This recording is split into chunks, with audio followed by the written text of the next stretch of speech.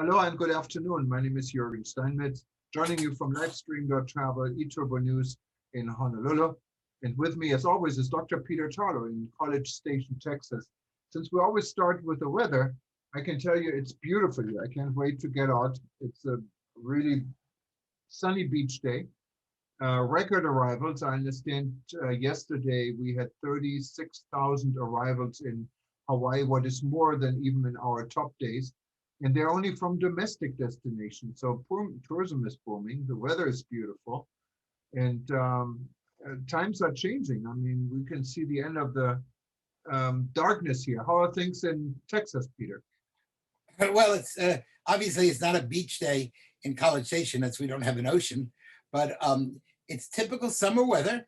It's now warm, about 35 degrees Celsius, about 95 degrees Fahrenheit. A little bit humid, so I tell people it's like living in a warm bottle of oil of Olay. That's why our skin is beautiful. We don't have wrinkles because it's good and humid here. The and it's really summer here because of the fact that this is a college town and the school is not in session. So really, we're the opposite of Hawaii. This is more people are leaving than coming. But summer school will be taking place soon. And when that happens, then a whole bunch of students come back again and the city kind of gets back to normal. But I think the weather is really typical of the fact that there's a rebirth of tourism. And you mentioned that in Hawaii. And I'm seeing that all over the world.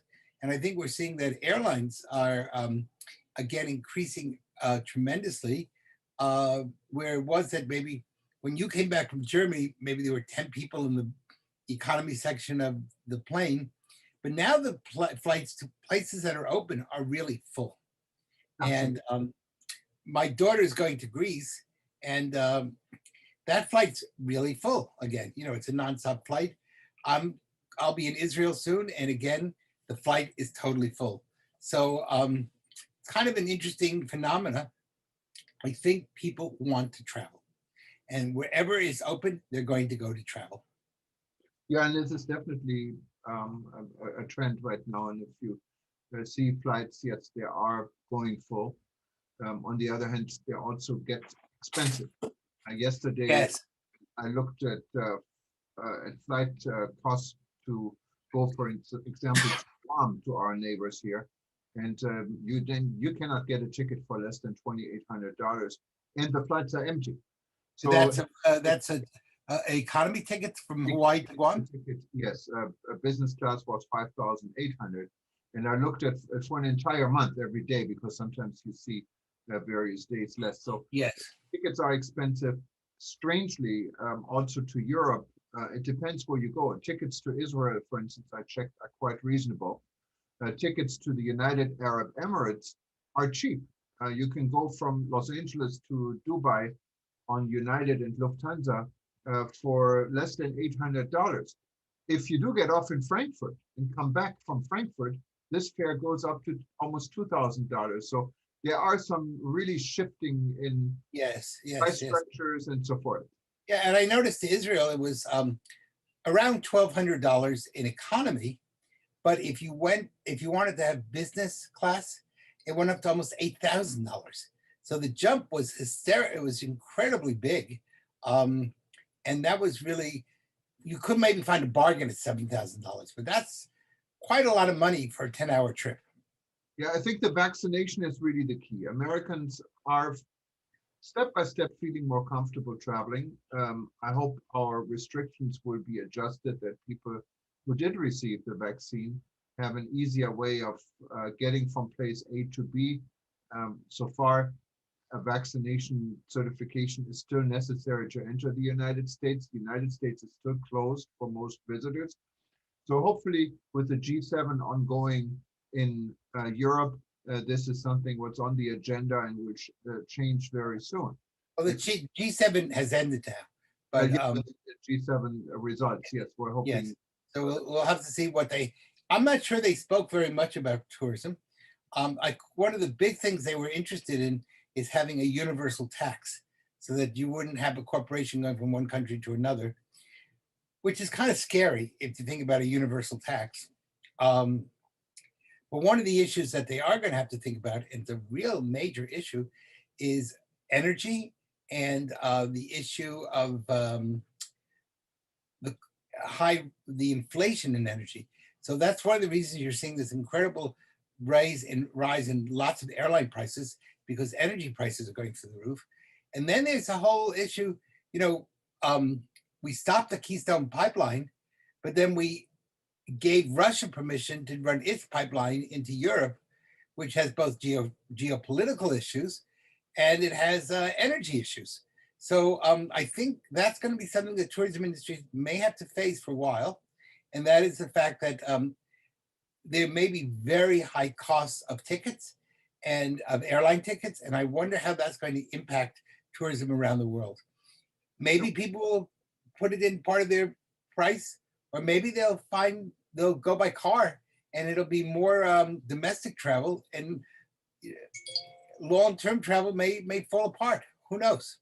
Well, I don't know. Right now, the price picture is really unpredictable. You have Yes, it is. tickets within the United States are extremely cheap. Yeah.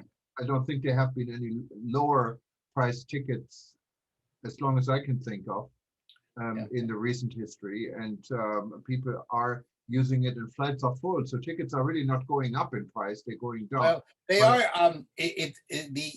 We had the biggest jump in prices in the last 20 years. Inflation. Matter of fact, Hawaii is one of the four biggest states that's suffering from inflation, and that's dealing with issues of food, transportation, medical care, and housing. And Hawaii is doing quite poorly in all four of those categories on a national level. I can't speak on an international level, but this was the biggest inflation jump last month we've had in close to 20 years. So there are issues. Flights are irregular in the United States. You're right. Some places you can get, bargains, but on the other hand, some of the flights going to, say, Texas to Washington are incredibly expensive. So it's where you're going and how you're going. But airline travel did go up about 4 to 5% across the board last month, which was quite a big inflation. yeah, and I did a little bit of comparison in regards to vaccination rates in countries, and where tourism seems to be coming out okay. And North America is definitely one of the countries where we currently have a total of 37.95% as of today of people received at least one dose of the vaccine. If you compare this with the world average of 11.25%, we're 3 times ahead. US is doing very well. And then again, strangely, United Kingdom with really big problems with the new form of the virus has 58.85%, what is quite a bit higher than the United States. And then topping of our major countries, Israel with 63.03%. So it's tourism between, I think, Europe and North America, I think will relaunch pretty soon. Yes. I don't see any more justification of having this delayed as it is right now. Tourism to Asia may be a challenge. And Yes. We don't know, and also Australia, these are all areas they're not as Those are long, from the United States, those are long haul flights. Speaking of Asia, how do you see the Asian tourism world going? I know that we've done some talking about Indonesia in the past, and Indonesia was, in the pre-COVID world, a major tourism attraction, especially Bali. Do you see it coming back soon, or are the Indonesians going to have to come up with some sort of special conferences and other things to kind of make it work? Well, conferences, of course, are exchanges of ideas, and I think this is very necessary for a country like Indonesia, anywhere in ASEAN right now, to do this. And I think Indonesia is proactive in doing this. If you again look at the vaccination rates, Asia only has 7.24%, and Indonesia only 7.19%, what is even below the Asia rating. And then you have Bali, what is a major tourism destination, where the vaccine is almost hitting 30%. So there has been an emphasis on relaunching tourism in countries like Indonesia. So we're going to see some, but then again, you know, how would you really do this? You have to go through an area where the vaccine is very low. You have regions in Asia that are stronger, like Singapore, of course. In this case, like Bali, and and um, and there is no consistency in the world. And talking to one of our colleagues in Hong Kong yesterday, Hong Kong apparently has enough vaccine, but they don't have enough options to actually administer the vaccine. Well, Vaccine is getting bad. So there are so many challenges in making this all work. And so it is important that everyone in the world is talking to each other to make things better. And even if you look at our own backyard, like the Caribbean, vaccination rates in the Caribbean are are quite very low. low, And very low. and I think it would also be a responsibility and in our national interest in the United States to push for higher numbers for this. Well, there's really in the Caribbean many various issues. One is problems within their national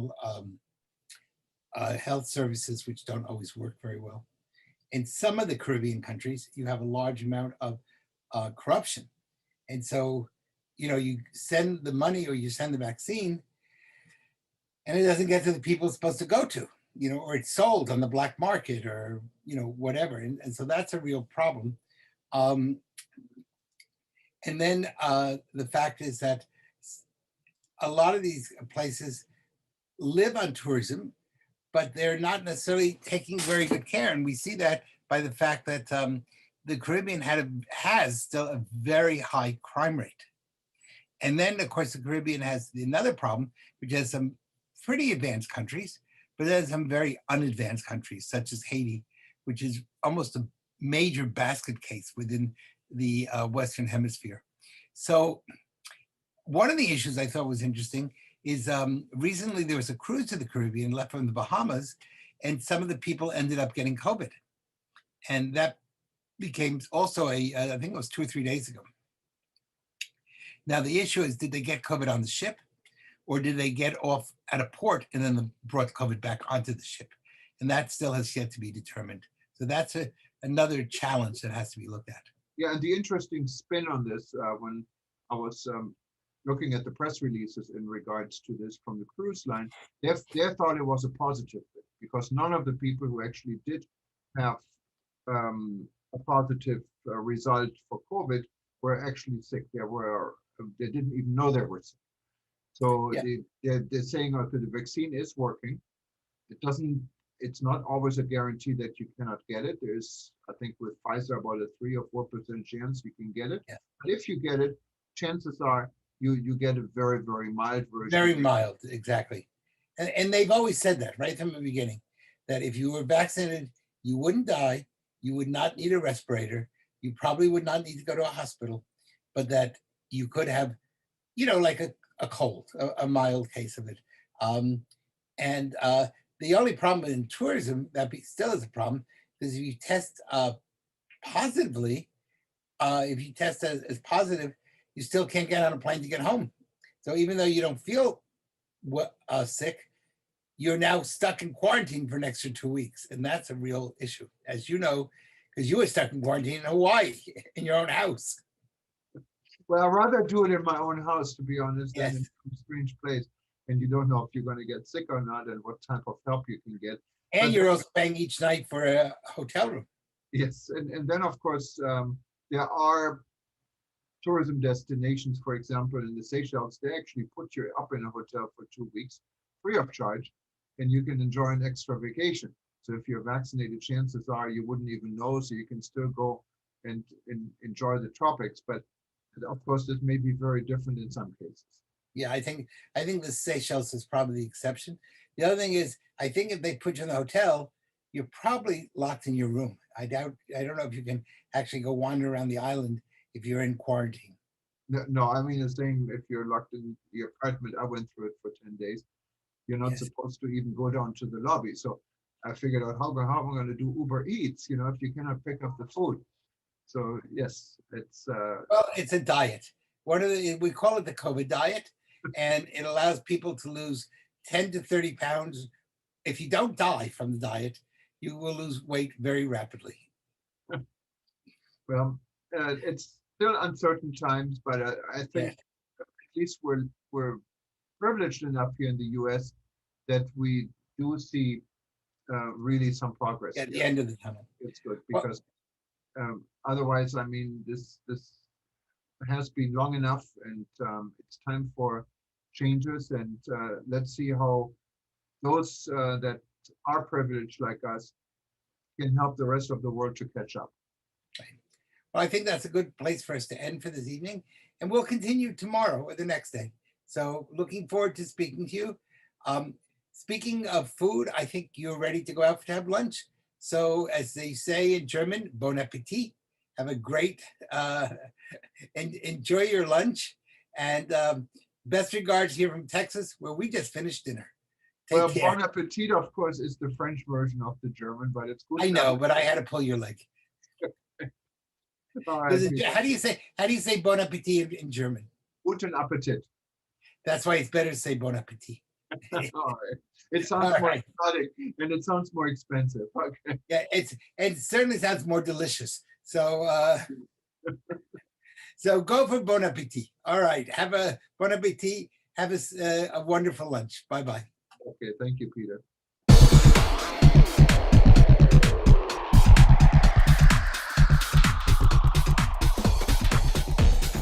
Aloha and good afternoon. My name is Jürgen Steinmetz, joining you from livestream.travel and eTurbo News in beautiful Honolulu, Hawaii.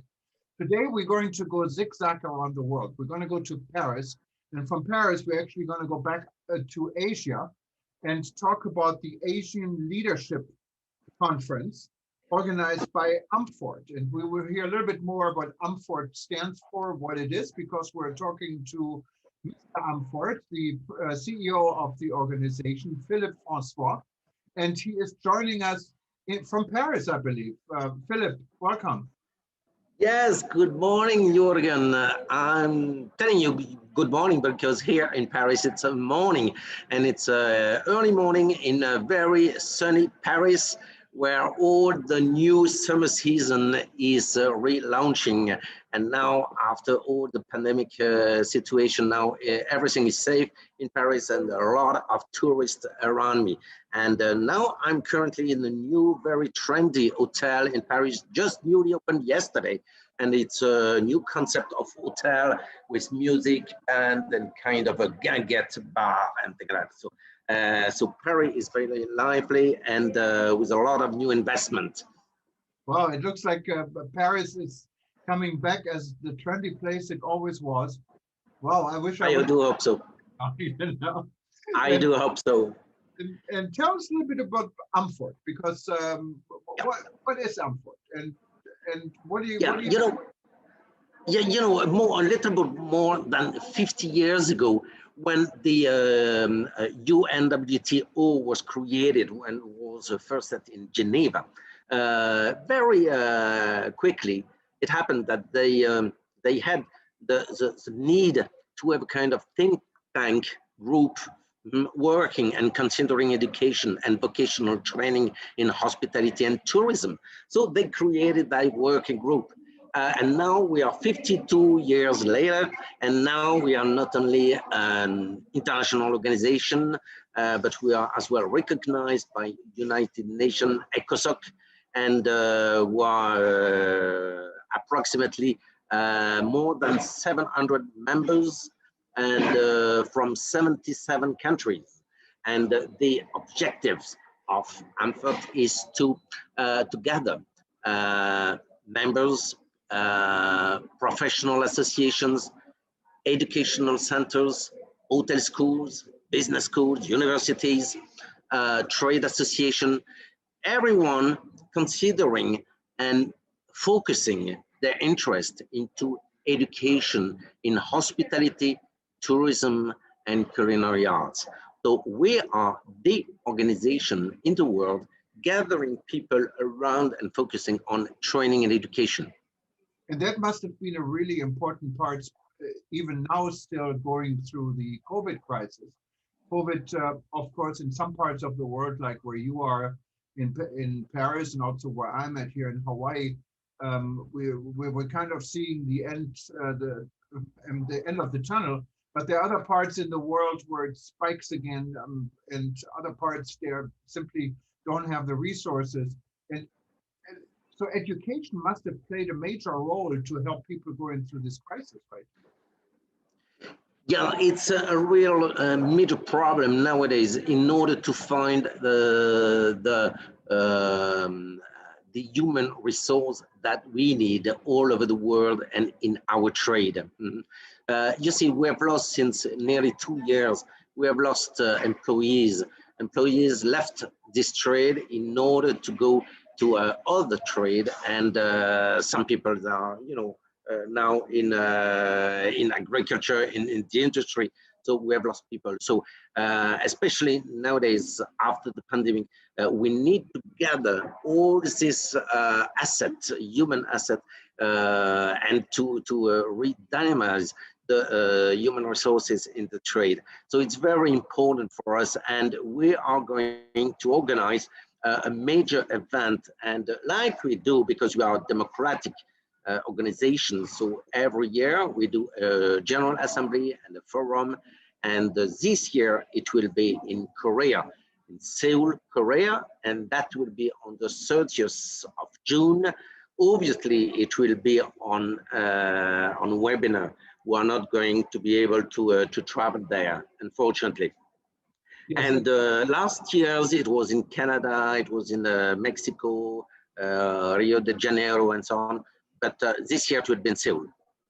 And this year, of course, is such a year. I mean, what a year for the travel and tourism industry.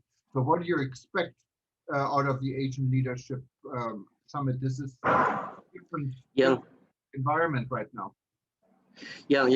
And we'll do that in a collaboration partnership with the Asian Leadership Conference and the Chosen Daily newspaper and other partners like WTTC, PATA, and obviously WTN. And with all these people, we are going to talk and to consider the new kind of generation after pandemic. Obviously, we will discuss a little bit about marketing, but mainly about human resource. And that goes the education part again. And I can tell you here, where I live in Hawaii, we of course live on tourism. It's our biggest industry, and hotels are desperate to find help.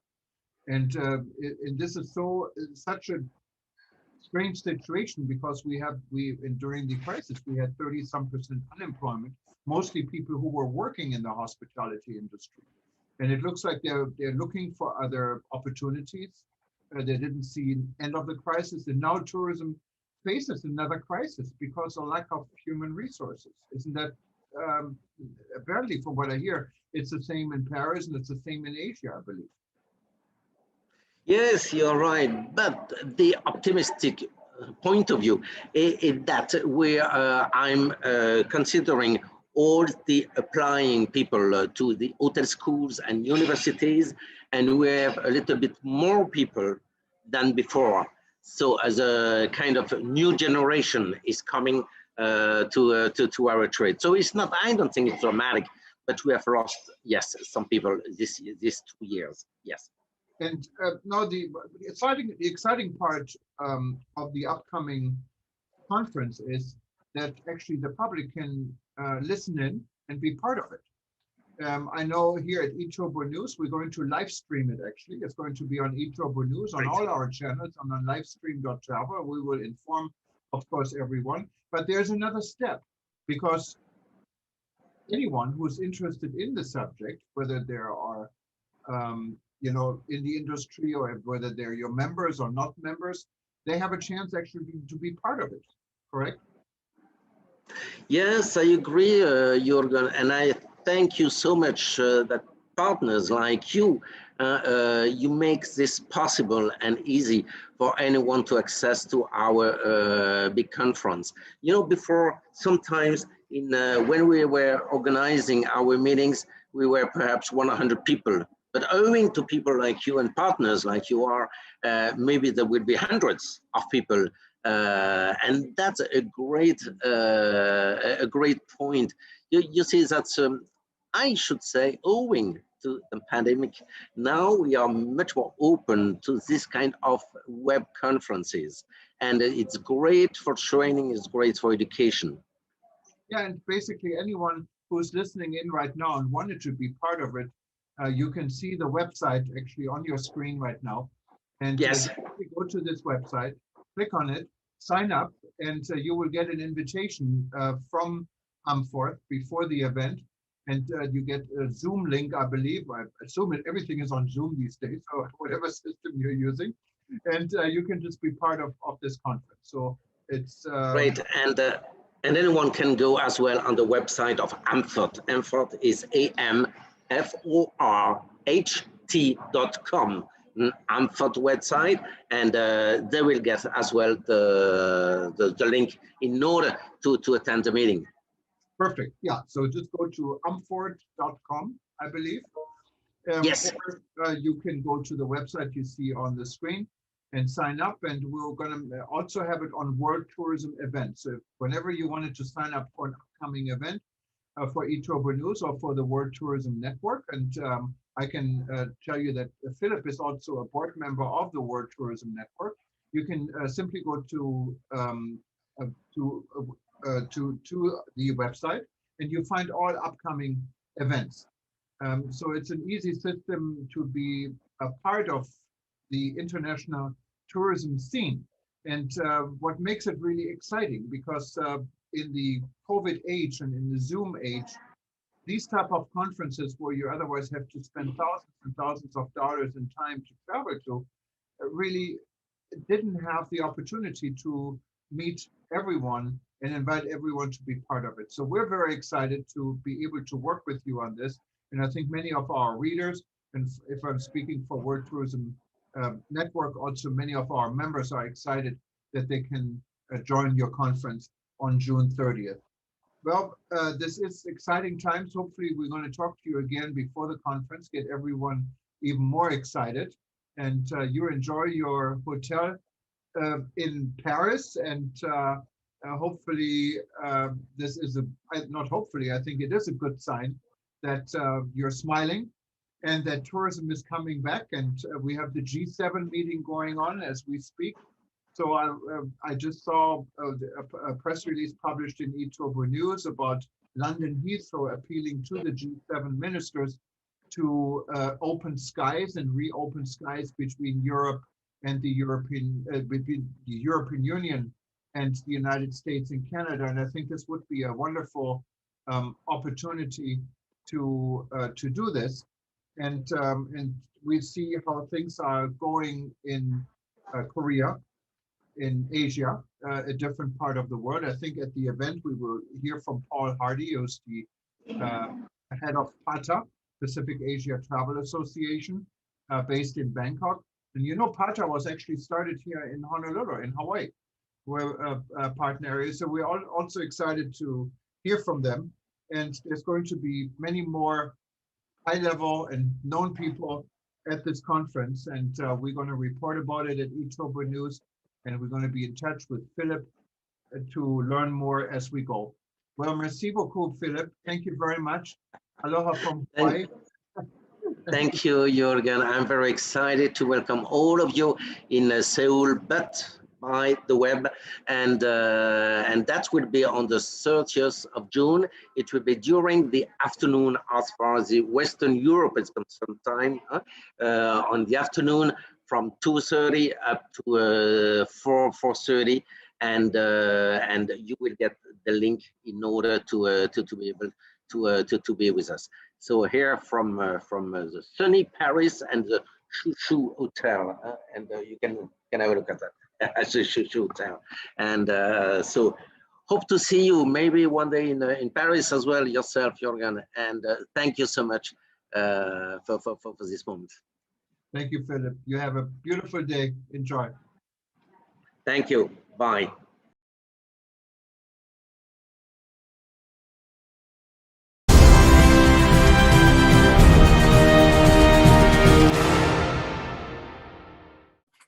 Good morning, good afternoon, good evening from Hawaii. My name is Jürgen Steinmetz, joining you from livestream.travel and eTurbo News here in Honolulu.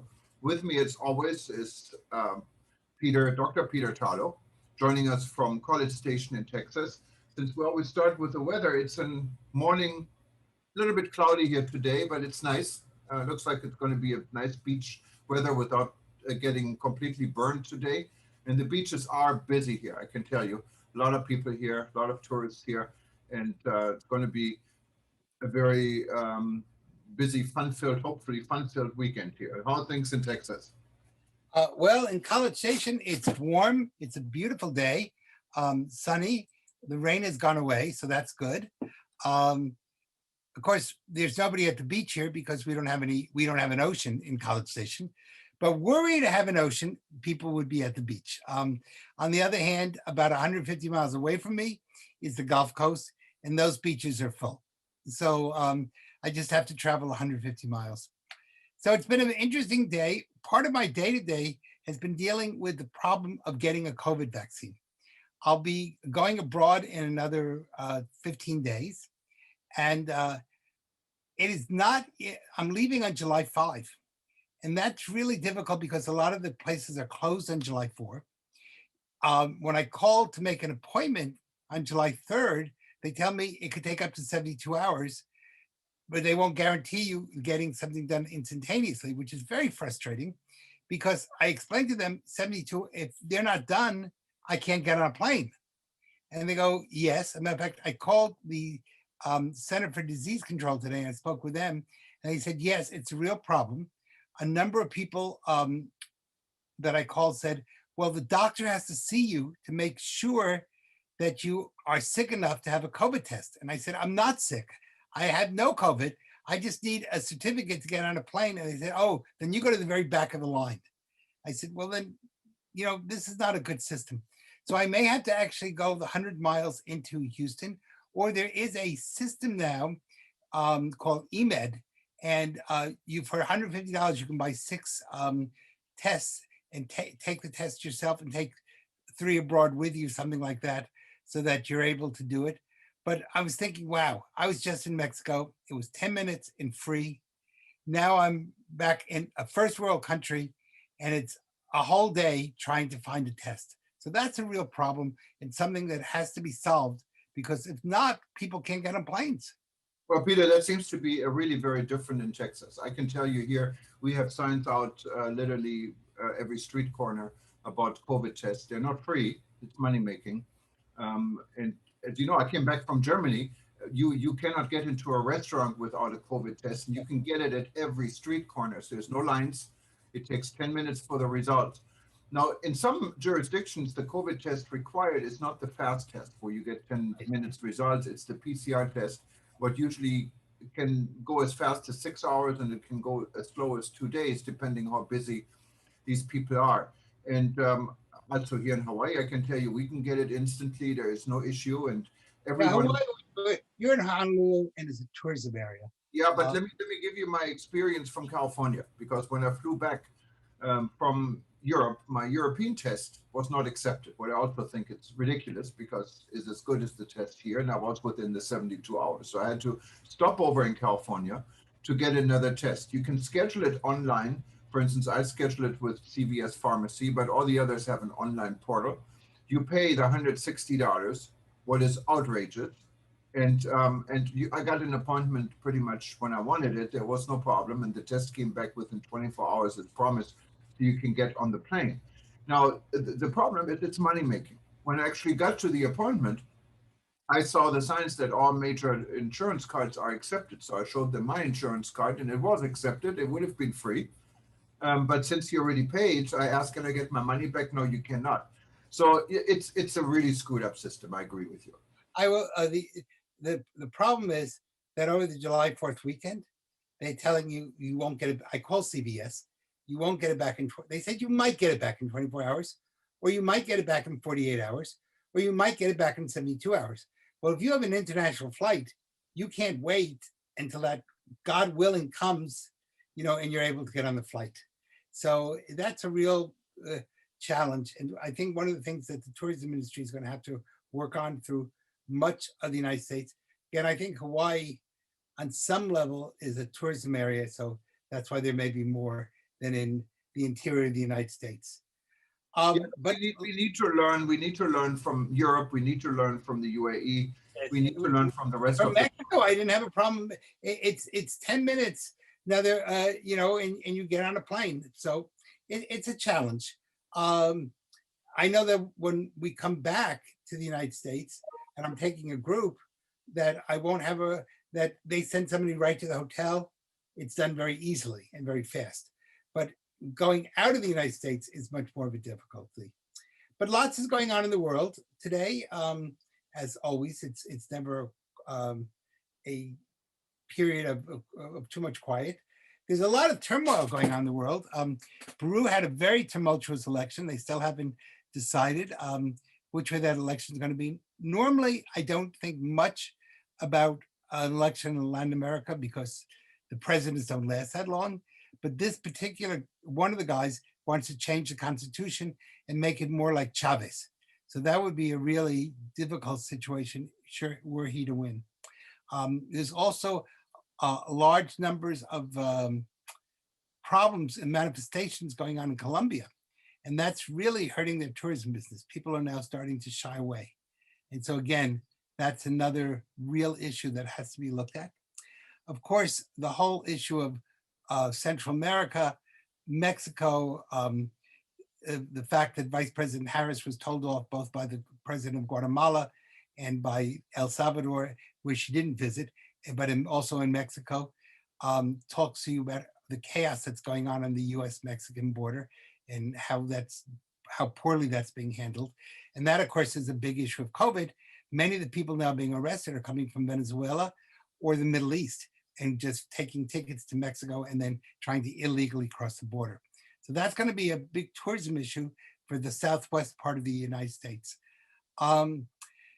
So that's a real issue. One of the issues in crime that's kind of interesting, the newest crime statistics show that places like Baltimore and Los Angeles and St. Louis are more dangerous than Guatemala City and San Salvador. And so if you're doing it by number of people killed per million or by 100,000. So this is a real issue for the tourism industry, because if crime continues to escalate in places like Minneapolis, St. Louis, Los Angeles, Baltimore, this is really going to hurt tourism a lot. And people are going to, and especially as we approach the summer season, when often it's hot, people's nerves are on edge, and all those take place. But there's also some good news that's taking place. So I know that you're going to talk just a second about the fact that both Spain and France are kind of reopening to Americans, and that they're going to be, hopefully that'll be a really pleasant summer for people who might, assuming you can get your COVID test easily, to go abroad to those places. Yeah, no, absolutely. And COVID, it's not only testing, we need to get the vaccine out. The vaccine is really the key for everything. And then, we get people resisting it. What is quite, for me, it's quite difficult to understand why. And we're getting reports now this morning from Seychelles that actually a person who was fully vaccinated by the Chinese version of the vaccine, I have to add to it, passed away on COVID. So, we get so many different stories, but overall, I mean, we can see it in this country. The vaccine is working. It helps the economy to restart. It puts a positive light and it puts a positive atmosphere, into this COVID situation. And I think it is absolutely ridiculous that we have to reward people with $1 million lotteries to get this vaccine. And I don't know, it really makes a joke out of what people think in this country, I have to say. And hopefully people understand the vaccine is not important for others to look good. It's important for you to stay healthy. Yes. The one area that it will have to be discussed is, will they give the vaccine to children or not? We do know now that young men are having some problems, heart conditions, after taking the second doses of the vaccine. But that's basically for young men around the ages of 15, 16. And the CDC is exploring this. And it may not be necessary. Matter of fact, I don't think it's necessary to give small children the vaccine. They don't spread it, and they tend not to get it. On the other hand, people my age or your age, we should all be vaccinated. And if you're over 20 years old, get the vaccine. Under 20, we can talk about it, but over 20, you should be getting that vaccine. I agree with you. And certainly you and I who are in the United States are very lucky, because I think it's probably no doubt the best vaccines are either Pfizer or Moderna, with then right behind the Johnson & Johnson, but the American vaccines are extraordinarily good and well tested, and many parts of the world are using those vaccines very successfully. Yeah, no, absolutely. Well, we have a busy day actually tonight, what is tomorrow morning, on Saturday in Europe and in Africa. We have the relaunch of the African Tourism Board. We're going to broadcast live, so you can go to worldtourismevents.com, find this one, you can be part of it. It will be relaunched in the Kingdom of Eswatini, so we're excited to be part of it. Also, we have a number of events coming up in the next few days and few weeks. You also find them on worldtourismevents.com. Yesterday, I had the pleasure of speaking with Philippe Francoise. He is the CEO of Amforht, what is a global organization of tourism leaders. He's based in France. And you will hear a recording for this interview now, after this news broadcast. He will be joining us from France, from a brand new hotel, and we're going to be talking about the reopening of tourism in France and an upcoming conference they have in Korea. Well, it's a virtual conference, so it doesn't really make any difference, but it's the Asian Leadership Forum, I believe. Yeah, you can be any place in the world to go to that conference. Yes, you can. And we're also going to add this to our portfolio, so anyone who wanted to attend this one, look it up. But speaking of conferences, I'd like to say that it looks like, it's not 100% sure, but at least pencil in that we are going to be doing a new conference in Reno, Nevada. It's called the International Tourism Security Conference at Reno, and Reno is sponsoring it. It'll be a wonderful relaunch of back to going to conferences rather than doing virtual conferences. And it'll be for anybody interested in issues of tourism security. So that's not one, it's pencil it in. It's not 100% definite yet, but certainly the city of Reno is considering that. So hopefully that will be, and we will co-sponsor it with the World Tourism Network. So it's going to be a World Tourism Network and then Reno, Nevada joint conference dealing with one of the major issues of the World Tourism Network, and that is providing safe travel, both from the perspective of health and also from the perspective of physical safety and security. Yeah, and if you haven't joined the World Tourism Network, please join us. You will meet people in 127 countries, global network. We started more than a year ago. Just go to wtn.travel. Well, Peter, I wish you a very nice weekend. And I hope you're staying healthy. I am. As you say, and aloha from Hawaii. Yeah, as I was going to say to you, rather than just Shabbat Shalom, I was going to say Shaloha Shalom. Or Shabbat Shaloha. So you have a wonderful, take a little bit of rest because you've had a really hard time. And for people who wanted to know what happened, why we weren't on the air a bit, there were some real technical problems that you can see how tired Jürgen is in his face in fixing those problems, but they're fixed, and God willing, that'll be the last problems we have for a while, and we'll be back next week on a regular basis. So, Shabbat Shalom. Shalom. Yeah. Take care. Bye-bye, Peter.